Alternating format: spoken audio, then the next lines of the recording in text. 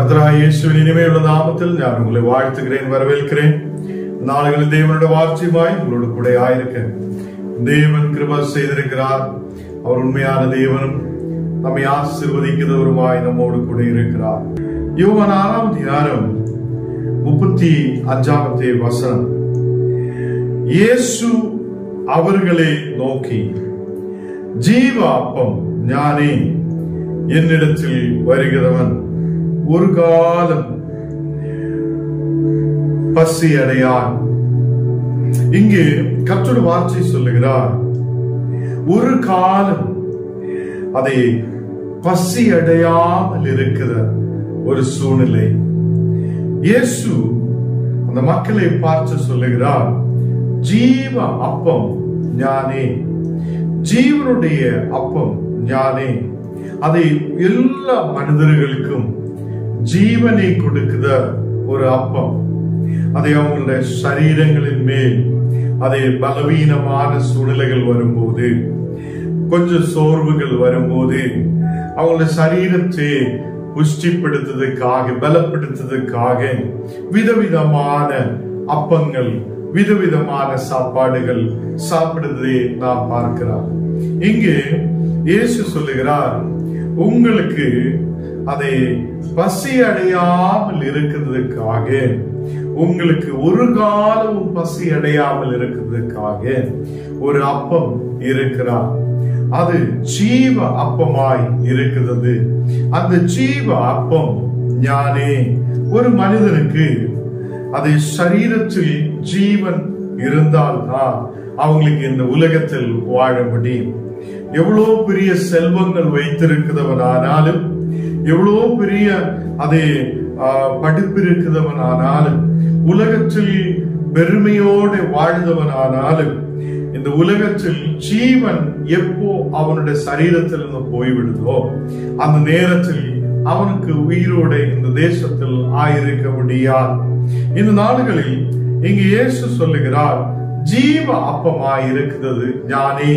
உங்களுடைய ஆவிக்குரிய சரீரங்களுக்கு அதை பலம் உண்டாக, ஒருபோதும் பசி அடையாமல் இருக்க ஜீவ அப்பமாய் ஞான் பரலோகத்திலிருந்து இந்த பூமியில் இறங்கி வந்திருக்கிறார். கர்த்தர் பிள்ளைகளே, இயேசு இந்த நாடுகளில் நமக்கு பசி அடையாமல், ஒருபோதும் ஒரு காலமும் பசி அடையாமல் நாம் அதை இந்த தேசத்தில் ஆயிருக்க, நம்முடைய ஆவிக்குரிய சரீரங்கள் பலப்பட, நம்முடைய ஆவிக்குரிய சரீரங்கள் அதை பலமுள்ளதாய் மாற்றப்பட, ஜீவ அப்பமாய் இயேசு கிறிஸ்து நமக்காக அதை கால்வரி சிலுவையில் ஆணிகளால் அறையப்பட்டிருக்கிறார். அவர் நமக்காக பாடுகளை ஏற்றெடுத்திருக்கிறார். இங்கே அதை என்னிடத்தில் விசுவாசமாய் இருக்கிறவன் ஒரு காலம் தாகமடையான். இயேசுடைய இடத்தில் விசுவாசமாய் இருக்கிற ஒரு மனிதன், ஒருவன், அதை அவன் விசுவாசமாய் இருக்கிறதால் ஒரு காலம் தாகமடைய, இந்த நாடுகளில் அதை பசி இல்லாமல், பசி அடையாமல், அதை தாகமடையாமல், அதை ஒரு காலமும் தாகமடையாமல், ஒரு காலமும் பசி அடையாமல் முன்னாடி கடந்து செல்ல கர்த்தர் நமக்கு கிருபை செய்வார். இந்த 2 நாடுகளில் தேவனுடைய வார்த்தைகள் நாம் தியானிக்கப்படும் போது இயேசு சொல்லுகிறார், அதை ஞானே, ஜீவ அப்பமாய் இந்த உலகத்தில் இறங்கி வந்திருக்கிறார். ஞானே ஜீவ அப்பம். உன்னுடைய சரீரங்களுக்கு பலத்தை கொடுக்கிறார், உன்னை பலப்படுத்துகிறார், தேசத்தில் பசி அடையாமல் உன்னை ஆரோக்கியமாய் வைக்கிறார், உன்னுடைய ஆவிக்குரிய சரீரங்களை பலப்படுத்துதல் ஒரு ஜீவ அப்பம். அதை அது பரலோகத்திலிருந்து இறங்கி வந்தவனாய் இயேசு.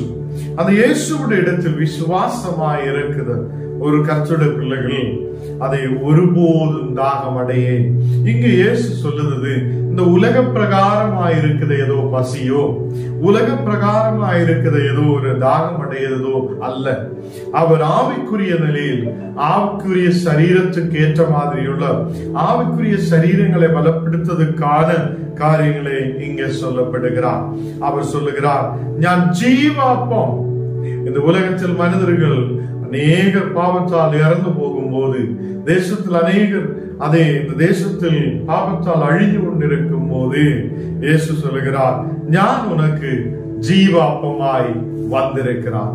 நான் உனக்கு அதே நாடுகளில் ஒருபோதும் பசி அடையாமல் இருக்கிறதுக்காக ஒரு ஜீவ அப்பமாய் உன்னோட பக்கத்தில் வந்திருக்கிறார். இயேசு உன்னை ஆசீர்வதிக்கிறவரும் இந்த தேசத்தில் நம்மை ஆவிக்குரியதில் அபிஷேகம் உள்ளவராய் ஆசீர்வாதமாய் நடத்துதவருமாய் இருக்கிறார். யோவான் 6ஆம் அதிகாரம் அதிலே 36ஆவது வசனம் வாசிக்கும் போது, நீங்கள் என்னை கண்டிருந்தும் விசுவாசியாமல் இருக்கிறீர்கள் என்று உங்களுக்கு சொன்னேன். இங்கு இயேசுவே முகாமுகமாய் மக்கள் பார்க்கிறார். இயேசுவே இந்த உலகத்திலே அப்போ இயேசு உயிரோடு இந்த தேசத்தில் அதை சரீரமாக இந்த தேசத்தில் ஊழியங்கள் செய்ய ஆரம்பிக்குவதிலிருந்து மக்கள் அவரை பார்க்கிறார். அதை இயேசுவே அதை அவ்வளவு பெரிய அற்புதங்கள் பார்த்துட்டும் அதை நீங்கள் என்னை கண்டிருந்தும் நீங்க விசுவாசியாமல் இருக்கிறீர்கள் என்று இயேசு சொல்லுகிறார். அது என்ன நீங்க பார்த்திருக்கிறார், தேவனுடைய அற்புதங்களை பார்த்திருக்கிறார், தேவனுடைய மகிமையான காரியங்களை பார்த்திருக்கிறார் என்றால் கூட நீங்க விசுவாசியாமல் நீங்க இந்த நாடுகளில் இருக்கிறார். உங்களுக்கு முன்பாக நான் நிற்கிறார் என்றால் கூட நீங்க விசுவாசம் இல்லாது இருக்கிறார் என்று இயேசு சொல்லுகிறார். அதை கற்றுக் பிள்ளைகளே, இந்த நாடுகளில் இயேசு நம்மோடு கூட இருக்கிறவர், நம் ஜெபத்தை கேட்கிறவராய், நம்மை ஆசீர்வதிக்கிறவராய், எப்போதும் நம்மை பாதுகாக்கிறவராய் அவர் நம்மோடு கூட இருக்கிறார். அந்த நம்மோடு கூட இருக்கிற இயேசுவே நாம் விசுவசிக்கட்டும், அவரை நாம் விசுவசிக்கட்டும்.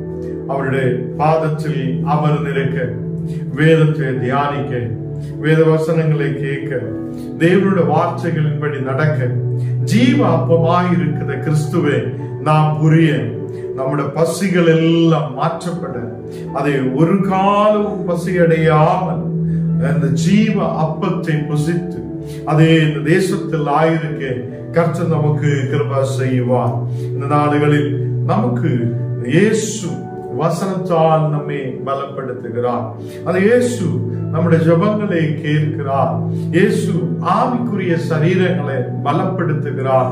நம்மை தேசத்தில் ஆசீர்வாதத்தோடு வழி நடத்துபவராய் இருக்கிறார். 37ஆவது வசனம் வாசிக்கும் போது, பிதாவானவர் எனக்கு கொடுக்கிற யாவும் என்னிடத்தில் என்னிடத்தில் வருகிறவனே நான் புறமே தள்ளுவதில்லை. அநேக மனிதர்கள் நம்மை தேசத்தில் தள்ளிவிடலாம். நாம் யோசிச்சதும், நாம் கூட நின்றதும், நாம் அதை நேசித்ததுமான அநேகர் நம்மை தள்ளிவிட்டிருக்கலாம். இந்த நாடுகளில் உன்னை தள்ளிவிடாமல் உன்னை நேசிக்குத, உன்னை பாதுகாக்குத ஒரு நல்ல தகப்பன் நமக்காக இருக்கிறார். இயேசு ஒருபோதும் உன்னை தள்ளிவிடுவது இல்லை. பிதாவானவர் எனக்கு கொடுக்கிற யாவும் என்னிடத்தில் வரும்.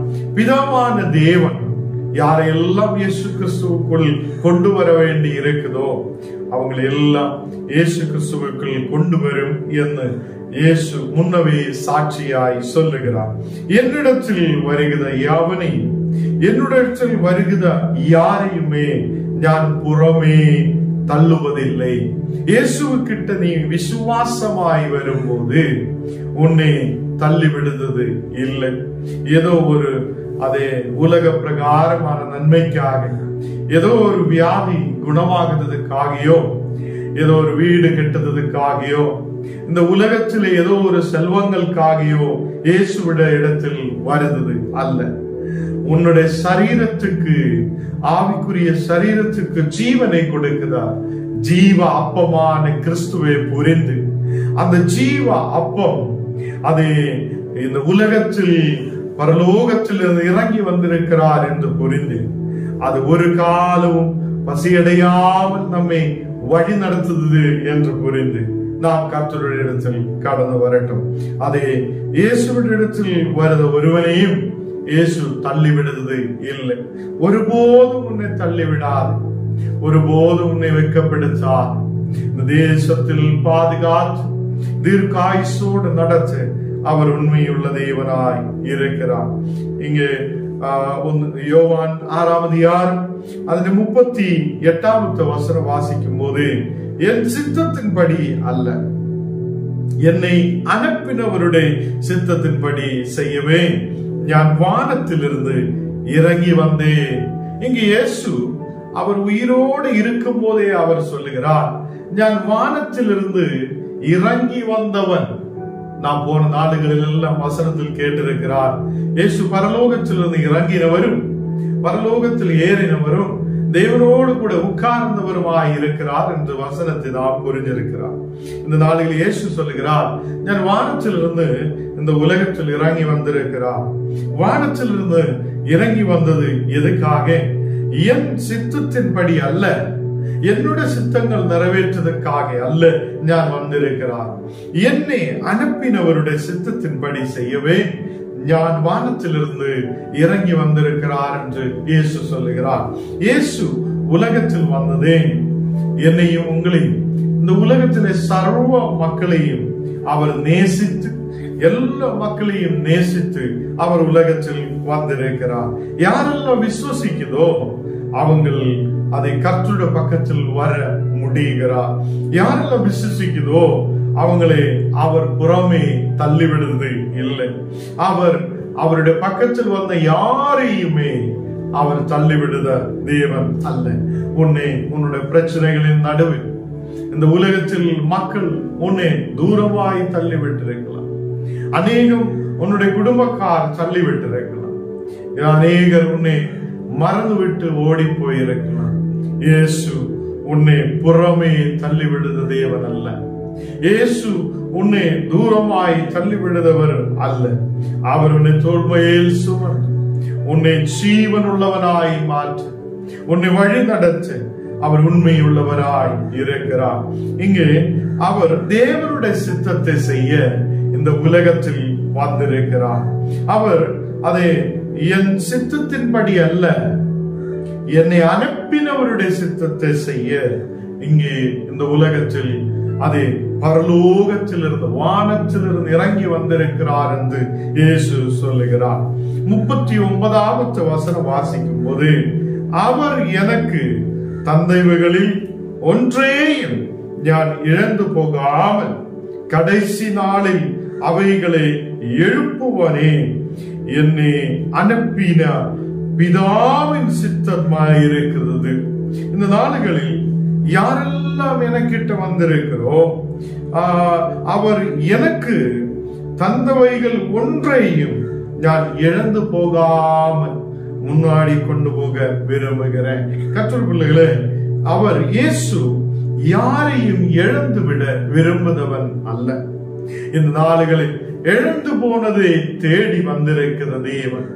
எங்கெல்லாம் அதை யாரெல்லாம் தூரமாய் போயிருக்கிறோம் அவங்களெல்லாம் இந்த உலகத்தில் தேடி வந்தவனாய் இருக்கிற இயேசு சர்வ மக்களையும் சகல மக்களையும் தேடி வந்திருக்கிற இயேசு இங்க சொல்லுகிறார், நான் என்னுடைய இடத்தில் வந்திருக்கிற யாரையும் இழந்துவிட நான் அனுமதிக்க மாட்டேன். அதை கடைசி நாளில் அவைகளை எழுப்புவதே என்னை அனுப்பினவருடைய சித்தமாய் இருக்கிறது.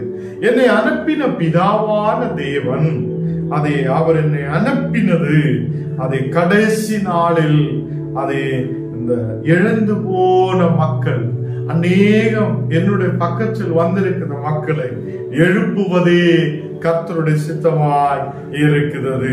40வது வசனம் வாசிக்கும் போது, குமாரனை கண்டு அவரிடத்தில் விசுவாசமாயிருக்கிறவன் எவனோ அவன் நித்திய ஜீவனை அடையவும்.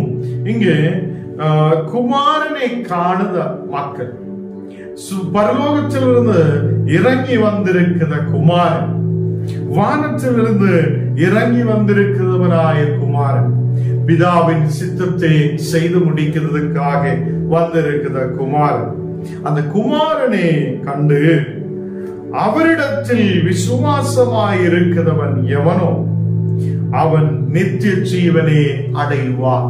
இந்த நாளுகளில் தேவனில் உள்ள விசுவாசம் நாம் பலமாய் பிடிச்சு கொள்ளட்டும். தேவனுடைய விசுவாசத்தில் முன்னாடி கடந்து செல்லுத பிள்ளைகளாய் நாம் மாற்றப்படட்டும். அவன் நமக்கு நித்திய ஜீவனை கொடுக்கிறவராய் இருக்கிறார். அவர் ஜீவ அப்பமாய் இருக்கிறவர். நித்திய ஜீவனை அடையும்படி நாம் இயேசுவுடைய பக்கத்திலேயே கடந்து வரட்டும்.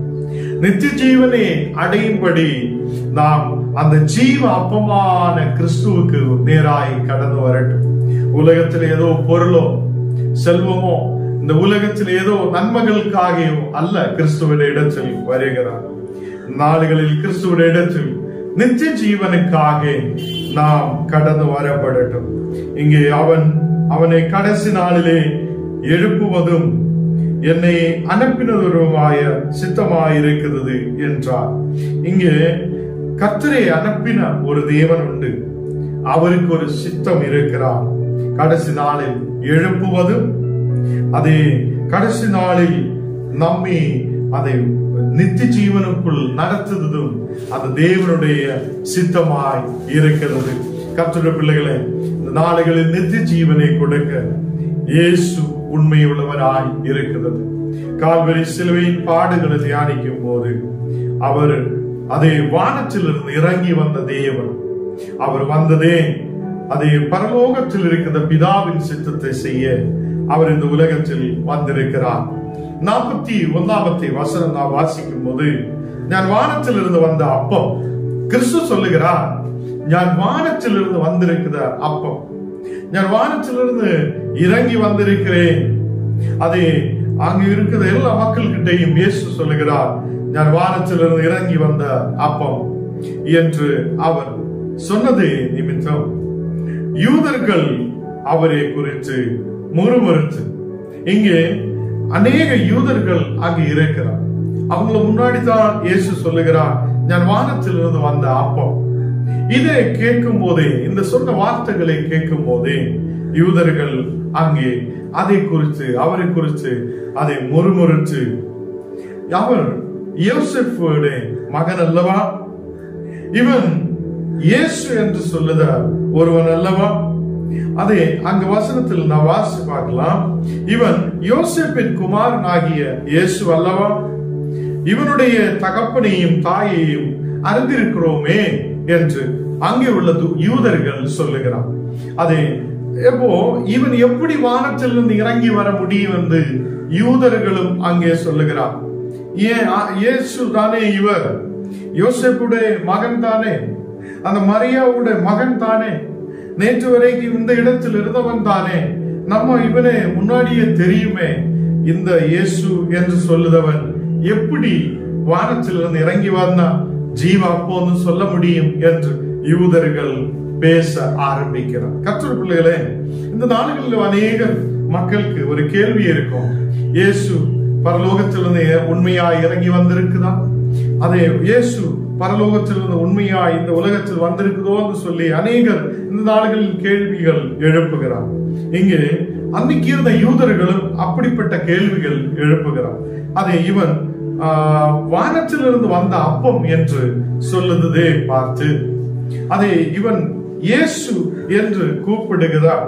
யோசேப்பின் குமாரனும் அதை மரியாவுடைய அதை குமாரனுமாய் இருக்குது.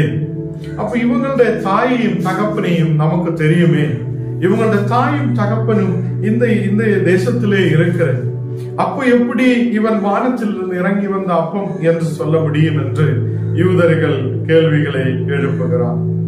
இங்கே கீழே உள்ள வசனங்கள் நான் வாசிக்கும் போது அப்படி இருக்கு, நான் வானத்திலிருந்து இறங்கி வந்தேன் என்று இவன் எப்படி சொல்லுகிறார் என்றார். இங்கே மக்கள் ஒரு கேள்வியை எழுப்புகிறார், எப்படி இவன் வானத்திலிருந்து இறங்கி வந்திருக்கிறார் என்று சொல்லுகிறார். 43ஆம் வசனத்தில் இயேசு சொல்லுகிறார், இயேசு அவர்களுக்கு பிரதி உத்தரமாக, உங்களுக்குள்ளே முறுமுறுக்கிறது வேண்டாம், நீங்க அங்கேயே உட்கார்ந்து முறுமுறுத்துட்டே இருக்கிறது வேண்டாம், நீங்க வசனத்தை புரியுங்க, உங்களுக்கு முன்பாக நிக்கிற இயேசுவை புரியுங்க, உங்களை என்னை அனுப்பின பிதாவையும் அதை நீங்க தெரியட்டும் என்று சொல்லுகிறார். இங்கே இயேசு அவர்களுக்கு பிரதி உத்தரமாக, உங்களுக்குள்ளே முறுமுறுக்கிறது வேண்டாம், 44வது வசனத்தில் என்னை அனுப்பின பிதா ஒருவனே, இழுத்து கொள்ளாவிட்டால் அவன் என்னிடத்தில் வரமாட்டான். இங்கே என்னை அனுப்பின பிதாவான தேவன் இருக்கிறார். அவர் ஒருவனை இழுத்து கொள்ளாவிட்டால் அவங்கள் என்னிடத்தில் வர முடியாது. இயேசு சொல்லுகிறார், பிதாவான தேவன் ஒருவனை கூப்பிட்டு என்னோட பக்கத்தில் கொண்டு வராமல் யாரும் என்னோட பக்கத்தில் வர முடியாது. அப்போ பிதாவான தேவனுக்கு அங்க மகிமை செலுத்துகிறார், பிதாவான தேவனை உயர்த்துகிறார். இயேசு பிதாவான தேவனுடைய அதை அவர் பார்த்ததுடைய சாட்சியை இந்த உலகத்தில் சொல்லுகிறார். முன்னாடி நிற்கிற யூதர்களுக்கும் அங்கே இருக்கிற எல்லா மக்களுக்கும் அவர் சாட்சியாய் நிற்கிறார், பரலோகத்தின் சாட்சியாய் மாற்றப்படுகிறார். இயேசு சொல்லுகிறார், பிதாவான தேவன் அவர் ஒருவனை இழுத்துக் கொள்ளாமல் அதை அவன் என்னிடத்தில் வரமாட்டான். என்னோட பக்கத்தில் ஒருவன் வரணும் என்றால், என்னை ஒருவன் விசுவசிக்கணும் என்றால் பிதாவான தேவன் அவனை இழுத்துக் கொள்ள வேண்டும் என்று சொல்லுகிறார். 45வது வசனத்தில் கடைசி நாளில் நான் அவனை எழுப்புவேன், எல்லாவரும் தேவனாலே போதிக்கப்பட்டிருக்கிறார் என்று தீர்க்கதரிசிகளின் ஆகமத்தில் எழுதியிருக்கிறது. இங்கே கடைசி நாளில் நான் அவனை எழுப்புவேன் என்று அதை எல்லாவரும் தேவனாலே போதிக்கப்பட்டிருக்கிறார்கள் என்று வசனம் சொல்லுகிறார். இங்கே தீர்க்கதரிசிகளுடைய ஆகமத்தில் எழுதப்பட்டிருக்கிற வார்த்தையை இயேசு எடுத்து சொல்லுகிறார். முன்னமே சொல்லப்பட்டிருக்கிற வார்த்தை, கடைசி நாளில் நான் அவனை எழுப்புவேன். கடைசி நாளுகளில் அதை நான் அவனை எழுப்புவேன், என் ஜனத்தை மீட்கிறதுக்காக அநேகரை கிறிஸ்துவிலூടെ தேவனுடைய பக்கத்தில் கொண்டு வருவதற்காக, அநேக மக்களுக்கு நித்திய ஜீவனை கொடுக்கிறதுக்காக கடைசி நாளில் இயேசுவை எழுப்புகிறார் என்று தீர்க்கதரிசிகளுடைய ஆகமத்தில் சொல்லி இருந்த வார்த்தைகளை இங்கே இயேசு எடுத்து சொல்லுகிறார்.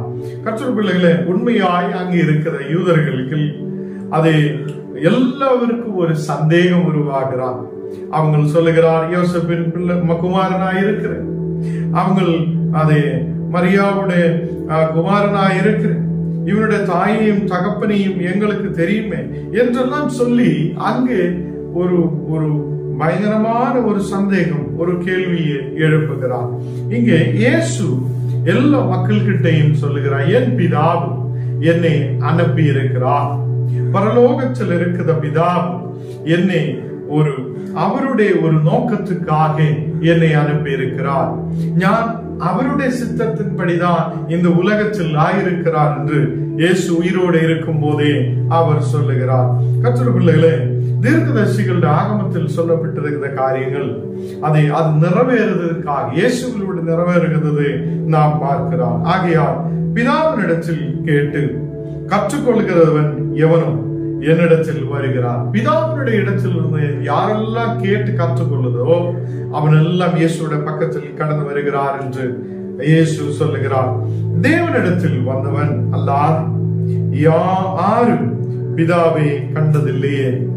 தேவனிடத்தில் அதை வந்தவன் அதை அல்லார் பிதாவினை யாரும் பார்த்தது இல்லை. இயேசு தேவனோடு கூட இருந்திருக்கிறார் என்றும் அவன் தேவனோடு கூட அதை பரலோகத்தில் இருந்திருக்கிறார் என்றும் அவர் வானத்தில் இருந்து இந்த உலகத்தில் இறங்கி வந்திருக்கிறார் என்றும் அவர்தான் ஜீவ அப்பம் என்னும் இயேசு இந்த வசனங்களோடு எடுத்து சொல்லுகிறார். அவர் சொல்லுகிறார், ஞானே ஜீவ அப்பம், அது ஜீவ அப்பம் உனக்கு ஒரு காலம் பசி விடாமல் அதை உன்னை வழி நடத்துத ஜீவ அப்பமாய் இருக்கிறது. இந்த வானத்திலிருந்து இறங்கி வந்த ஜீவ அப்பம் உனக்கு நித்திய ஜீவனை கொடுக்கிறதாய் இருக்கிறது என்று சொல்லுகிறார். தேவனை பார்த்தது இயேசு மட்டும்தான், பிதாவான தேவனை பார்த்திருக்கிறது இயேசு மட்டும்தான். அவர் பரலோகத்தில் பிதாவான தேவனோடு கூட இருந்தவர். அவர் இந்த உலகத்தில் சரீரமாக இந்த உலகத்தில் வந்திருக்கிறார். அவருக்கு தெரியும் அநேக பாடுகள் கஷ்டங்கள், அதை இந்த ஜனத்துக்காக அநேக கண்ணீரான சூழ்நிலைக்கு நேராய் கடந்து செல்ல வேண்டும் என்று இயேசுக்கு முன்னவே தெரியும். பிதாவின் சித்தத்தை நிறைவேற்றுவதற்காக அதை உண்மையான அந்த ஆட்டுக்குட்டி, அதை அடிக்கப்பட வேண்டி இருக்கிற ஆட்டுக்குட்டி இந்த உலகத்திலேயே கடந்து வருகிறார். என்னிடத்தில் விசுவாசமாய் இருக்கிறவனுக்கு நித்திய ஜீவன் உண்டென்று மெய்யாகவே உங்களுக்கு சொல்லுகிறேன் என்று இயேசு சொல்லுகிறார். கர்த்தருடைய பிள்ளைகளே, இங்க இயேசுடைய இடத்தில் விசுவாசமாய் இருக்கிறவனுக்கு நித்திய ஜீவன் உண்டு என்று இயேசு மெய்யாகவே சொல்லுகிறார். இன்னைக்கு இந்த வசனங்களை கேட்கிற கர்த்தருடைய பிள்ளைகளே, இந்த உலகத்தில் நாம் ஆயிருக்கும் போது நாம் இயேசுவை தேடுறது, அது அவர் ஒரே ஒருவர் தான் நித்திய ஜீவனை கொடுக்கிறவர். இந்த உலகத்தில் நாம் இறந்து போகிறார். இந்த உலகத்தில் சரீரம் இறந்து போகிறார். ஆவிக்குரிய சரீரம் அது நித்திய ஜீவன்களேக்கு பிரவேசிக்க எனக்கும் உங்களுக்கும் கர்த்தர் கிருபை செய்வார். எத்தனை பேர் நம்பிக்கை வைக்கிறார்? இந்த நாளுகளில் இயேசு நமக்கு நித்திய ஜீவனை கொடுக்கிறவராய் நம்மோடு கூட இருக்கிற தேவன். அவர் இந்த உலகத்தில் அதை ஆயிருக்கும் போதே தேவனுடைய பிதாவான தேவனுடைய சித்தத்தை நிறைவேற்றுவதற்காக இந்த உலகத்தில் சாட்சியாய் நிற்கும் போதே இயேசு சொல்கிறார், என்னிடத்தில் விசுவாசமாய் இருக்கிறவனுக்கு நித்திய ஜீவன் உண்டு. இன்னைக்கு என்ன கேட்கிற கர்த்தருடைய பிள்ளைகள், இயேசுடைய இடத்தில் விசுவாசமாய் இருங்கள். அவர் உங்களுக்கு நித்திய ஜீவனை கொடுப்பார். அவர் உங்களுக்கு நித்திய ஜீவனை கொடுப்பார். அவர் உங்களை வழி நடத்துவார். அதை 48வது வசனம் வாசிக்கும் போது, ஜீவ அப்பம் ஞானே இயேசு அங்க சொல்லுகிறார், பிதாவான தேவனை உயர்த்தி காட்டி, பிதாவான தேவன் என்னை அனுப்பியிருக்கிறார் என்று காட்டி, அந்த பிதாவின் இடத்தில் நீங்கள் உட்கார்ந்து பெற்றுக்கொள்ளுங்கள் என்று சொல்லி, அந்த பிதாவை இழுத்தா தான் உங்களுக்கு இயேசு கிட்ட வர முடியும் என்று சொல்லி, அந்த இடத்தில் இயேசு சொல்லுகிறார், என்னை விசுவசிக்குங்கள். இயேசுவை விசுவாசமாய் இருக்கிற ஒருவனுக்கு நித்திய ஜீவன் உண்டு என்று சொல்லப்பட்டு இயேசு கடைசியாய் அங்க சொல்லுகிறார், ஜீவாப்பம் ஞானி. அந்த ஜீவாப்பமாய் இருக்கிற கிறிஸ்துவை நாம் பின்பற்றட்டும். கர்த்தர் நம்மை ஆசீர்வதித்து வழி நடத்துவார். நாம் ஜெபிக்கலாம். ஆண்டவரே, இந்த நாளுகளில் தேவனே உமது பாதத்தில் நாங்கள் அமர்ந்திருக்க உதயமே ஆண்டவரே, உம்முடைய வார்த்தைகளை கேட்க நீர் கிருபை செய்ததுக்காக ஸ்தோத்திரம். உமது வாசனங்களை எங்களை பலப்படுத்துறது, நீ ஜீவாப்பமாய் எங்கள் மத்தியில் இருக்கிற தேவனாயிருக்கிறதுக்காக ஸ்தோத்திரம். நீங்க எங்களோடு சேர்ந்து இந்த வாசனங்களை கேட்கிற ஒவ்வொரு பிள்ளைகளுடைய மேலும் தேவ பிரசன்னம் இறங்குதற்காக ஸ்தோத்திரம். எல்லா மக்களுடைய மேலும் அபிஷேகத்தின் வல்லமை இறங்கட்டும். தெய்வீக பிரசனத்தால் நிரப்பட்டும். எதிர் சக்திகள் இயேசுவின் நாமத்தில் மறையப்படட்டும். இந்த மக்கள் விசுவாசத்தோடு இயேசுவிடைய பக்கத்திலேயே கடந்து வரப்படும்.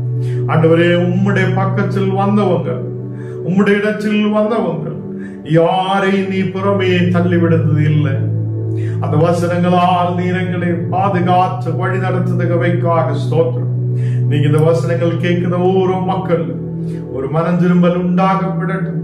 ஒரு நித்திய ஜீவன்களேக்கு பிரவேசிக்கிற மக்களாயிருக்க நீர் கிருபை செய்ததுக்காக ஸ்தோத்திரம். எல்லா பலவீனங்கள் மாற்றும். இந்த நாளுகளை உபவாசத்தோடு ஜபிக்கிற ஒரு மக்களுக்காக நாங்கள் ஸ்தோத்திரிக்கிறேன். எல்லா உபவாசத்தோடு இருக்கிற மக்கள் மேல் முதாக்கினியின் வல்லமை இறங்கப்படட்டும். தெய்வீக பிரசனம் இறங்கப்படட்டும். தெய்வீக வல்லமையால் நிரப்பி நீர் ஆசீர்வதி. ஆண்டவரே, ஒருபோதும் கைவிடாது, ஒருபோதும் தள்ளிவிடாது நீர் பாதுகாக்கிறது தேவன். எங்களை முற்றிலும் அர்ப்பணிக்கிறேன், ஒப்புக் கொடுங்க. இயேசுவின் நாமத்தில் தன் பிதாவே, ஆமென்.